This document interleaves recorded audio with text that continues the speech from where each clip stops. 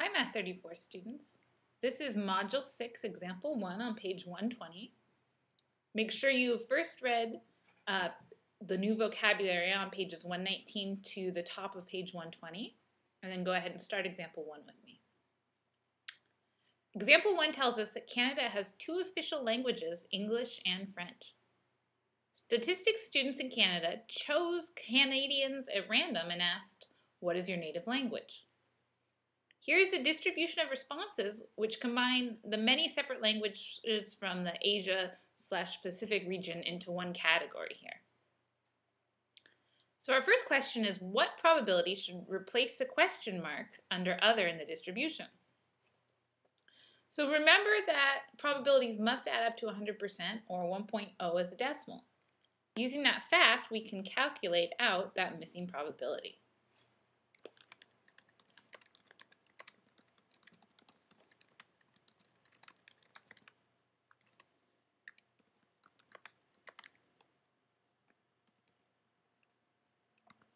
So if we sum up the other probabilities,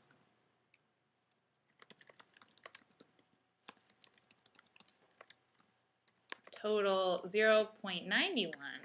So question mark equals 0.09, which would correspond with 9%. When we write as a probability, we do want to leave our number as a decimal or a fraction. And not a percent. If I'm looking for a percent, I'll ask you for the answer to be in percent form. Question B asks, what is the probability that a Canadian's native language is not English? So again, using this fact that we know probabilities add up to 100% or 1, we can go ahead and calculate 1.00 subtract 0.63. which I got that 0.63 from the fact that 0.63 is a probability associated with the English language. So 1.0 subtract 0.63 is 0.37. So we can say the probability that a Canadian's native language is not English is 0.37. And we know that corresponds to 37%, but since we asked for the probability, we want to write our answer in decimal or fraction form. Question C asks, what is the probability that a Canadian's native language is a language other than English or French? So first we want to total the probability that the language is English or French.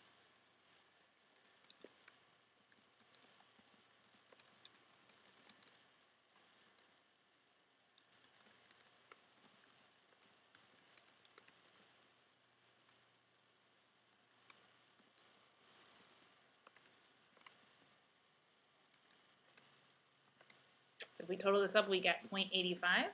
And then we can figure out 1.0 subtract 0.85 is 0.15. Another way to calculate this is we could have added up the Asia Pacific column and the other column.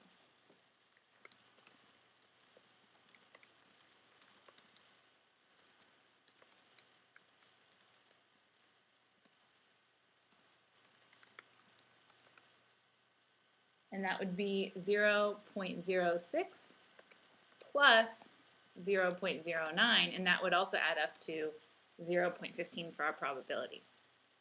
The first way, when we subtract it from 1 or 100%, is called the complement. We're calculating the complement, the 15% of the 85%. And certainly you could do it the way of just adding up the Asia Pacific and other probabilities.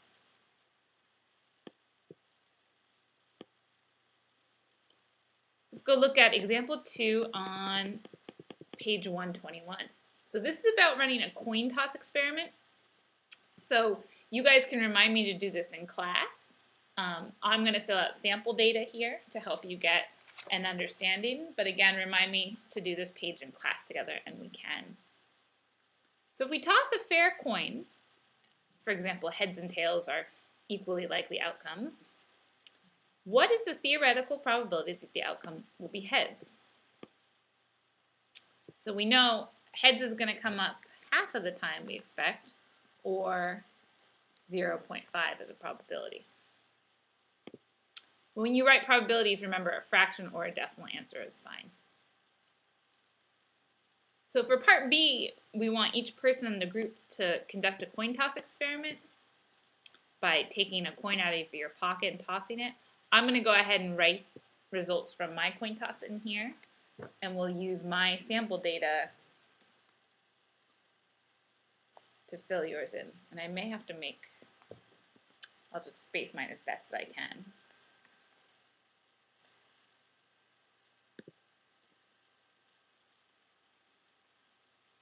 My spacing might not fit on here.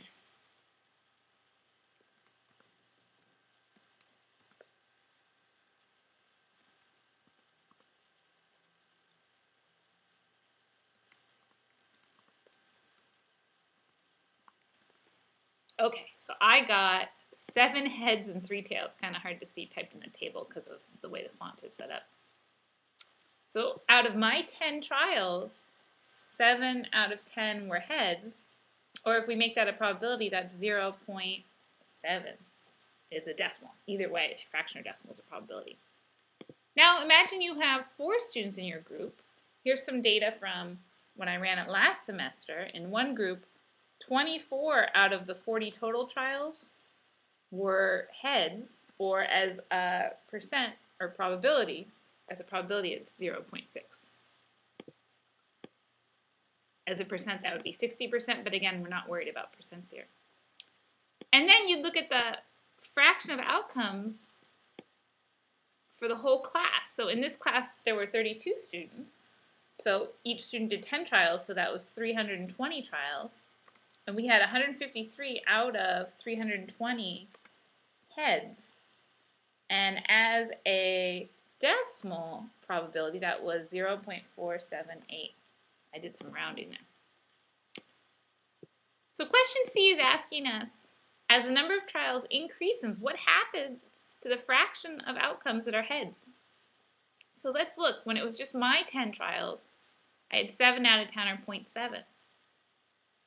The group's trials were 24 out of 40 or 0.6. And the class trials were 0.478 as a decimal. So as the number of trials increases, we're getting closer to this 0.5 or 1/2, which is what we call our expected outcome.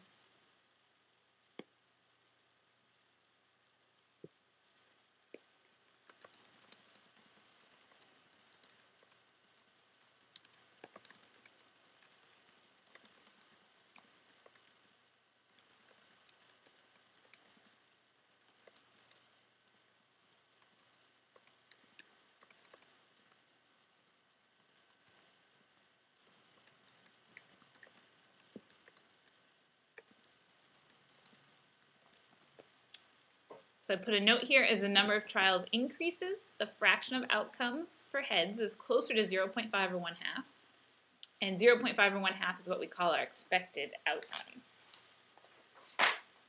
Or sometimes they say expected value. So let's go ahead and edit that. If you hang around with gamblers or poker players, you'll hear them talking about expected values.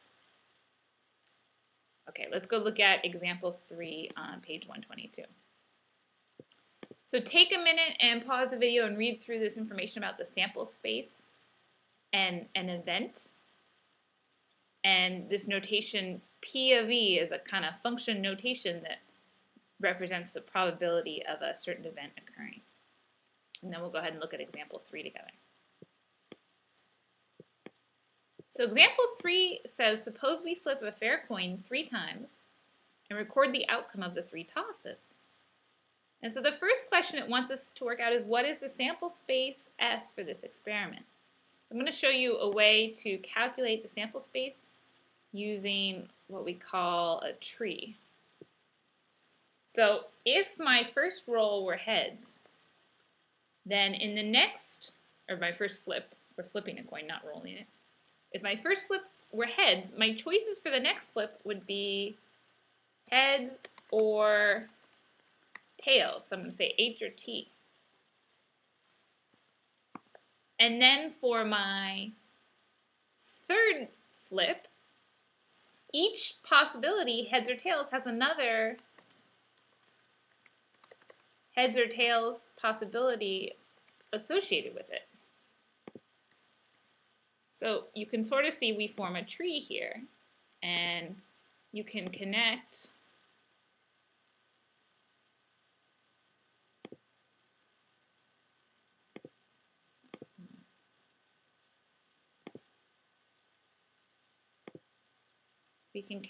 our paths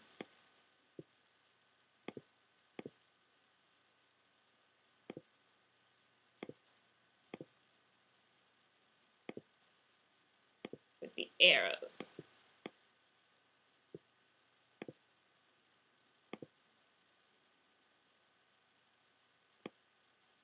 Oh, you know what? It's not going to let me put the arrows on top. Oh, okay. So see how the first path would go heads or tails? And you guys can draw a better tree by hand, I think. And then the next path would go heads or tails for each choice.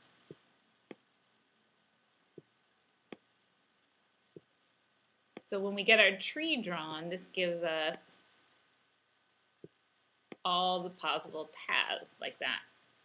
And then our next tree, we're going to assume, what if instead of heads, that first roll was tails?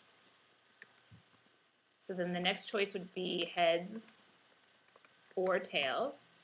And then the choice after that would be heads or tails, again for the next possibility. And then you could draw in all the different arrows to figure out all the possible paths. So now that we have our trees, it's going to help us draw the sample space. So the sample space S is going to be this collection of all possibilities that we can figure out by mapping our way through the tree. And we'll use the squiggly brackets for the sample space. So our first possibility would be heads, heads, heads. So we'll put a H, H, H. Our next possibility is heads, heads, and then tails. And the order doesn't matter, I'm just methodically working my way through the trees. The next possibility is heads, tails, heads. The fourth possibility is heads, tails, tails. And then if we move over to the next tree, we could have tails, heads, heads. We could have tails, heads, tails. We could have tails, tails, heads. For our final possibility, tails, tails, tails. So this is our sample space, and if you count it up, there are 8 outcomes in S. Another way to figure out that there would be 8 outcomes is there are 2 possible choices,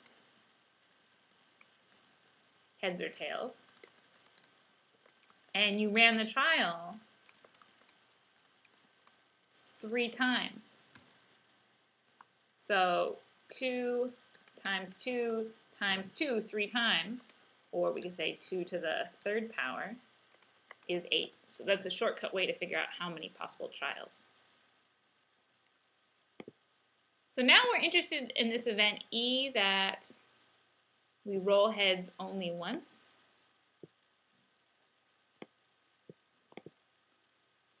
So if we roll heads only once, that would be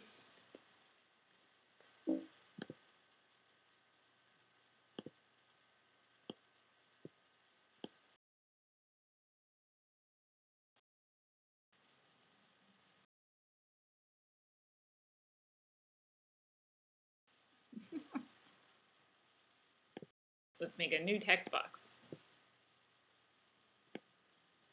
Okay, so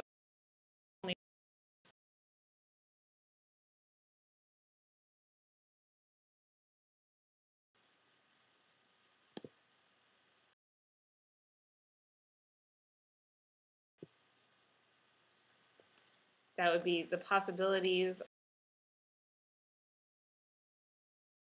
tails.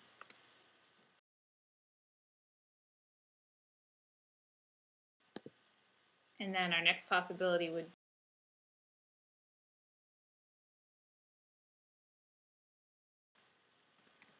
and our last possibility would be tails.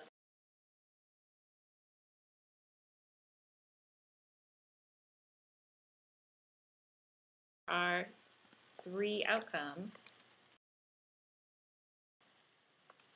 in event E. Our last question asks us to find the probability of event E. So remember, there are 8 total outcomes, and event E is going to be 3 out of those 8.